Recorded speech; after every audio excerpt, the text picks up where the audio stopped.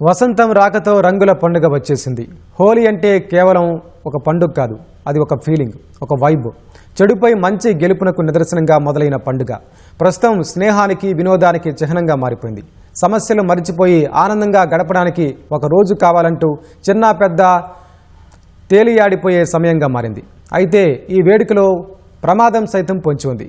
పండుగ నేపథ్యం ఏంటి, ఆ పండుగ ప్రమాదంగా మారకుండా తీసుకోవాల్సిన జాగ్రత్తలు ఇప్పుడు తెలుసుకుందాం. వసంత ఋతువు వచ్చిందంటే ప్రకృతి కొంగొత్త రంగులతో అలరారుతుంది. అలాంటి రంగుల సందడిని మన సంస్కృతిలోకి తీసుకొచ్చిన పండుగే హోలీ. చెడుపై మంచి గెలిచిన జ్ఞాపకంగా జరుపుకునే ఈ సంబరానికి పురాణాలలో విశేష ప్రాధాన్యం ఉంది. దేశవ్యాప్తంగా హోలీ ఆనంద తరంగాలు పంచుతుంది. చిన్న పెద్ద తేడా లేకుండా అందరూ కలిసి చేసుకునే అపురూపమైన రంగుల పండుగే ఇది.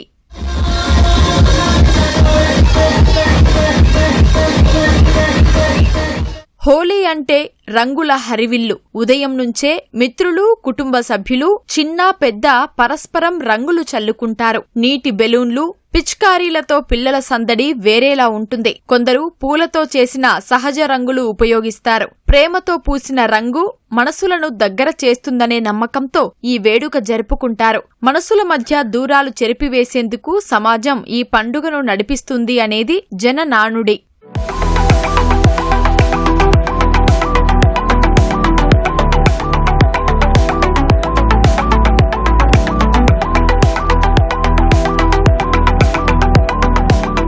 రసాయనాలతో తయారైన రంగులు ఆరోగ్యానికి హానికరం. తక్కువ ధరకు లభించే ఈ రంగుల్లో సీసం, క్రోమియం వంటి హానికర లోహాలు ఉండే అవకాశం ఉంది. ఇవి చర్మ అలర్జీలు, కంటి సమస్యలు, శ్వాసకోశ ఇబ్బందులకు దారితీస్తాయి. చిన్నారుల సున్నిత చర్మంపై ఈ ప్రభావం మరింత ప్రభావం చూపుతుంది. ఆనందం కోసం ఆడుకునే రంగుతో ఆరోగ్యాన్ని పాడు చేసుకోవద్దని వైద్యులు సూచిస్తున్నారు.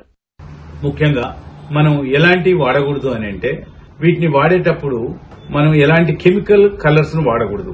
ఈ కెమికల్ కలర్స్ అంటే ఇవి ఆర్టిఫిషియల్ గా తయారు చేసిన కలర్స్. వీటిలో కెమికల్స్ ఉంటాయి. వాటి వల్ల కళ్లల్లో ఇరిటేషన్ రావచ్చు, స్కిన్ అలర్జీస్ రావచ్చు, శ్వాసకోశ అలర్జీ రావచ్చు. ఒక్కొక్కసారి ఊపిరాడక అవస్థ పడాల్సిన పరిస్థితి కూడా వస్తుంది. కాబట్టి వీటిని మనం వాడకూడదు. కాబట్టి మనం హోలీ ఆడేది సంతోషం కోసం ఆడుకుంటాం. కాబట్టి పిల్లల్ని మనం దగ్గరుండి హోలీ ఆడేటప్పుడు వీలైనంత వరకు కాటన్ వేర్ వాడటం మంచిది.